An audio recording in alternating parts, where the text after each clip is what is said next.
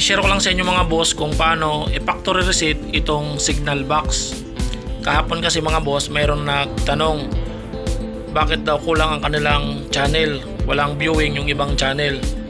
Ang una natin gagawin dyan, i-factory reset natin. Ito ang gagawin natin ngayon kung paano i-reset itong signal box.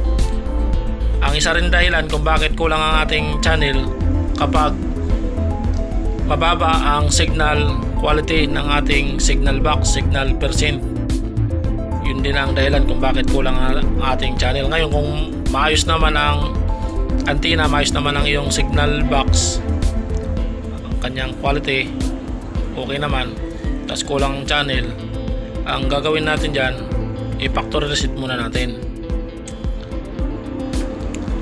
Ganito mga boss ang pag-factory reset. Dapat meron tayong remote control.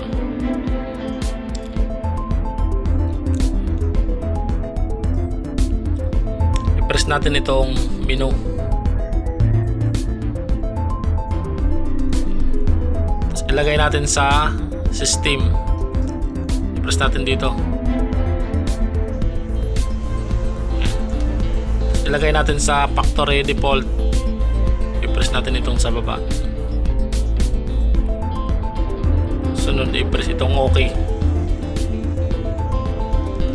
Ang password 4 na 0.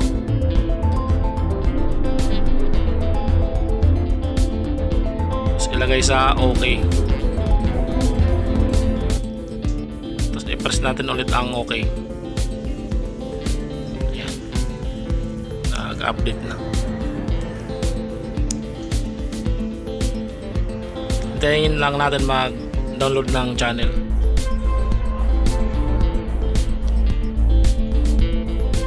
May mga pumunta kasi kahapon dito sa bahay, kulang daw kanilang channel. Ayan. Walang viewing yung ibang channel. I-press natin itong OK.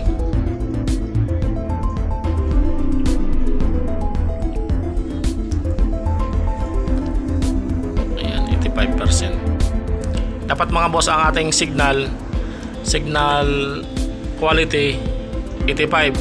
Kung mababa naman dapat mga 75 pataas, ganyan, 85. Kapag 50% lang o 60+%, isa rin yun sa dahilan kung bakit kulang ang channel, walang viewing ang ibang channel. Press na natin itong OK.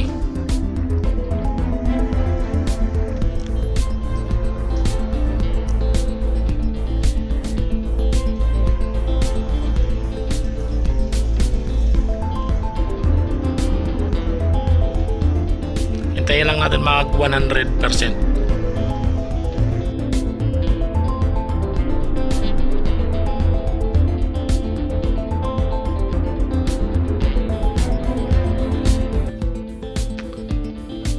Mga boss, 141 TV channel, tapos 18 radio. Ayan. Press na natin ang OK.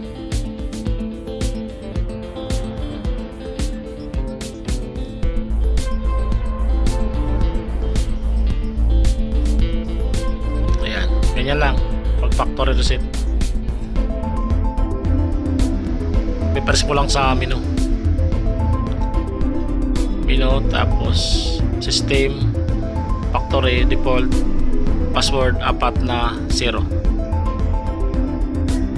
Tapos lagay sa OK.